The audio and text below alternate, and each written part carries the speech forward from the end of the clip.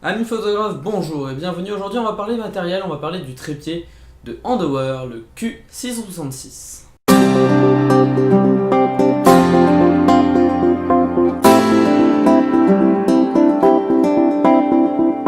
En effet, à l'époque j'avais déballé un trépied Manfrotto, mais j'ai décidé de le changer pour celui-ci car il n'embarquait pas les mêmes spécialités qu'embarque ce trépied Handover. Cela fait maintenant à peu près 9 mois que j'utilise ce trépied. Il ne m'a jamais fait défaut, il a toujours été serviable, il m'a jamais rendu l'âme, je l'ai emmené dans des endroits très peu conventionnels, je l'ai mis dans l'eau, je l'ai vraiment maltraité pendant ces 9 derniers mois.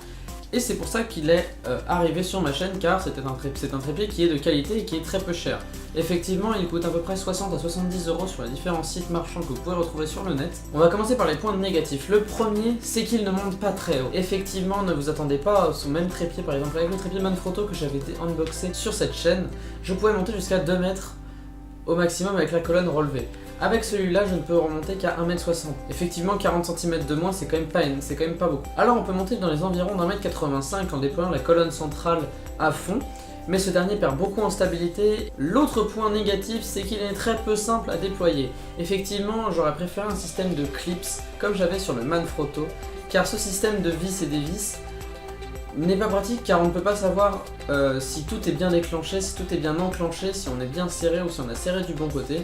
De plus, petit bémol, c'est que quand on a froid aux mains et qu'on veut ouvrir notre trépied ou même le fermer, on se fait quand même assez mal aux mains sur les poignées pour prévenir cet effet, afin de refermer le trépied, ce que je trouve quand même plutôt dommage. Et c'est pareil pour la colonne centrale, il y a aussi une vis qu'il faut dévisser pour pouvoir monter la colonne centrale et malheureusement, les bords sont quand même assez pointus et on se fait rapidement très mal aux mains. Même avec des...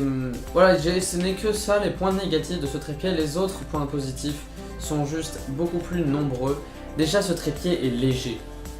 À mes yeux, c'est très léger pour un trépied aluminium de cette stabilité-là et de ce prix-là. Parce que rappelons qu'il coûte quand même 60 €. Il utilise une technologie qu'on appelle le travel bag. C'est un moyen de replier les jambes du trépied jusque sur la colonne centrale afin que le trépied ne prenne plus 70 cm mais 40 cm, ce qui est un gain énorme de place. Aussi, la spécificité de ce trépied que je trouve juste mais magnifique, c'est que l'on peut utiliser en monopode.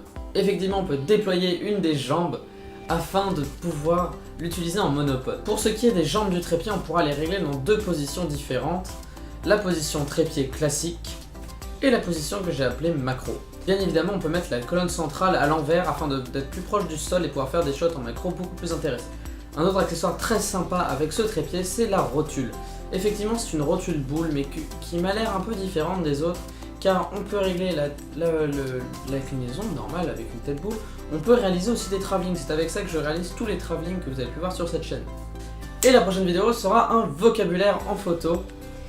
Pour ceux qui ne le savent pas, j'avais déjà fait un épisode auparavant qui avait été plutôt bien apprécié par vous et ça m'a fait vraiment très plaisir.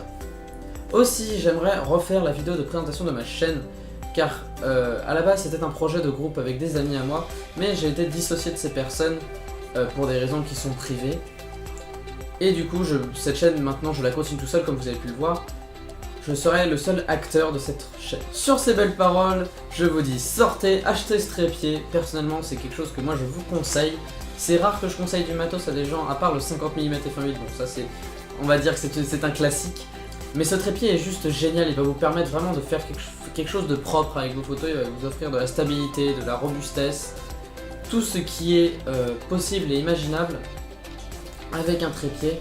Sur ce, je vous dis, faites de bonnes photos, au revoir.